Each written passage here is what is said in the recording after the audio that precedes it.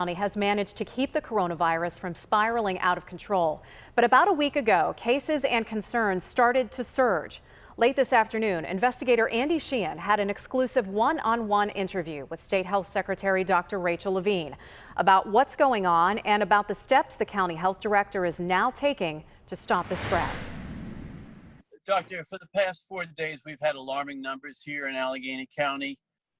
How concerning is this, and what are the prospects for arresting the development of this virus? In the State Department of Health, we are concerned about the increases in Allegheny County. We have had daily conversations with Dr. Bogan, the health commissioner for Allegheny County, and in terms of those efforts.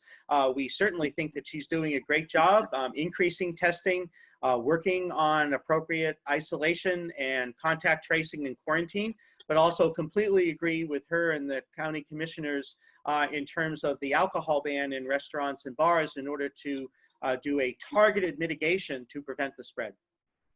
There's some complaint, as you might imagine, from the restaurant community. Doesn't feel that banning alcoholic drinks at table is an appropriate step. Your opinion?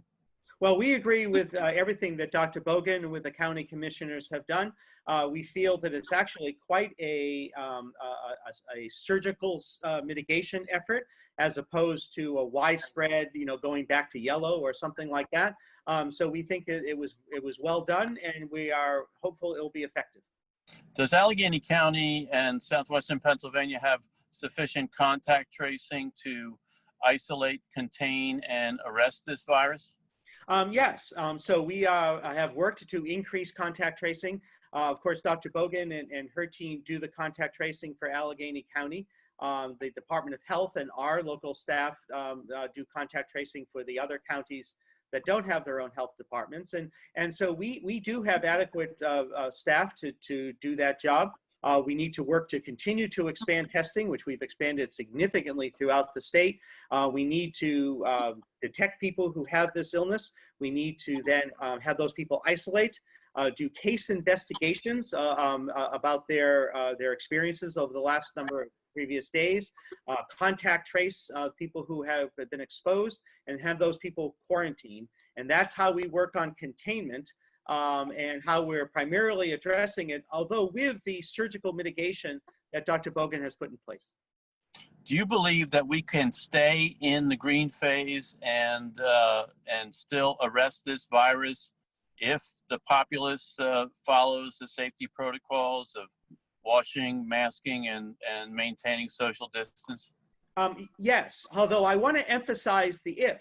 It is very important for people to take this very seriously, to stay alert and to stay vigilant. We need everyone to wear these masks when they go outside, if they're going to be in the public in any way. So they are on the street, they need to wear masks. If they're in a business, they need to wear masks. If they're in a park where there's other people about, even though it's outside, they need to wear a mask. They need to practice social distancing and stay 6 feet apart.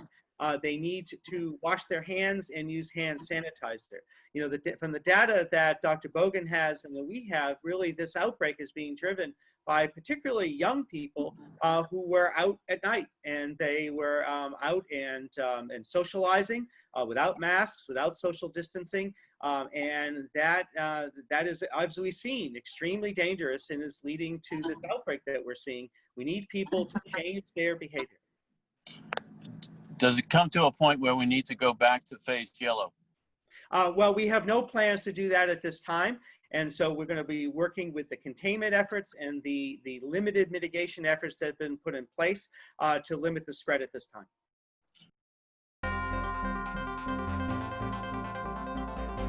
Just because the weekend starts doesn't mean our commitment to excellence stops. Wake up to KDKA TV News Saturday and Sunday morning for overnight and breaking